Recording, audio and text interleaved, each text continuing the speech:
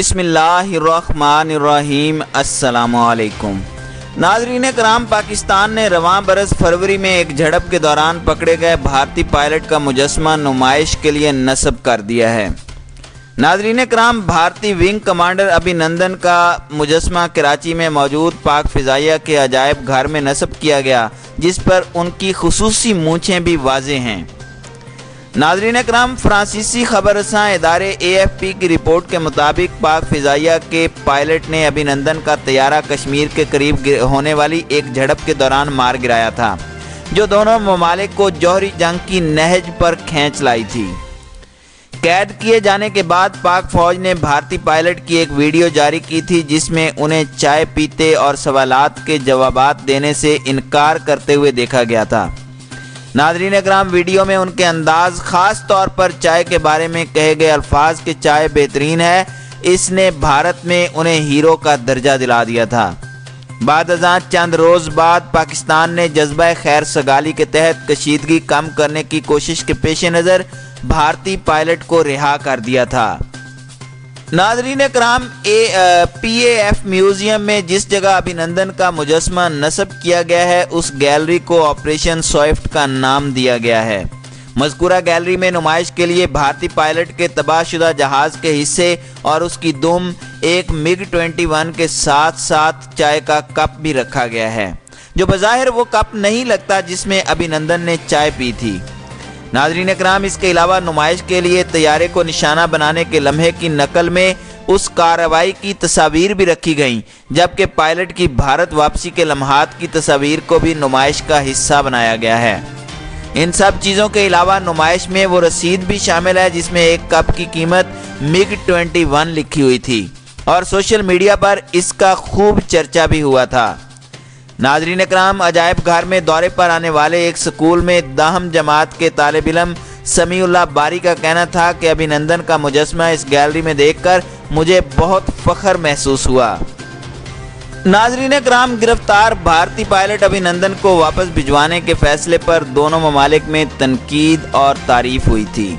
بھارتی فضائیہ کے retired air vice marshal Kapil Kak نے اعتراف کیا کہ پائلٹ کی واپسی بھارتی فوجی دباؤ کا نتیجہ نہیں تھی۔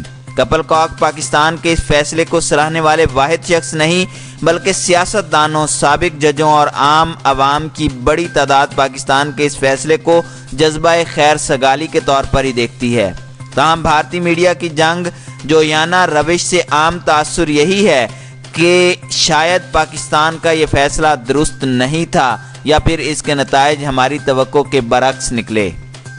ونگ کمانڈر ابھی نندن کی رہائی کے حوالے سے بھارتی میڈیا میں یہ بھی تاثر دیا گیا کہ جنیوا کنونشن کی روح سے اس کی رہائی ہونی ہی تھی، بلکہ 8 دن میں ایسا ہونا لازم تھا۔ جنیوا کنونشن کو دونوں طرف سے اپنی مرضی کے مطابق بیان کیا جا رہا ہے، بین الاقوامی قوانین کے ماہر ہونے کا ہرگز دعوے دار نہیں ہے، تاہم ماضی اور حال کی چند مثالوں کی روشنی میں دیکھنا ہوگا کہ جنیوا کنونشن کس حد تک مؤثر رہا ہے۔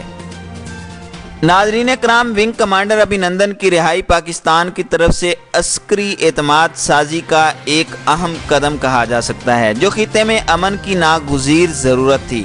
اسے جنیوا کنونشن کی روح سے دیکھنا یا کسی کی فتح یا کمزوری بنا کر پیش کرنا اعتماد سازی کو نقصان پہنچانے کے مترادف ہے۔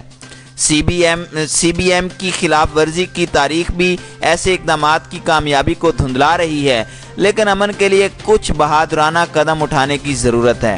وزیر اعظم عمران خان کا یہ فیصلہ امن کی طرف پہلا دلیرانہ قدم تھا، لیکن اگر اسے کمزوری سمجھا جاتا ہے تو نتائج بھارت سمیت پورے خطے کے لیے بھیانک ہو سکتے تھے۔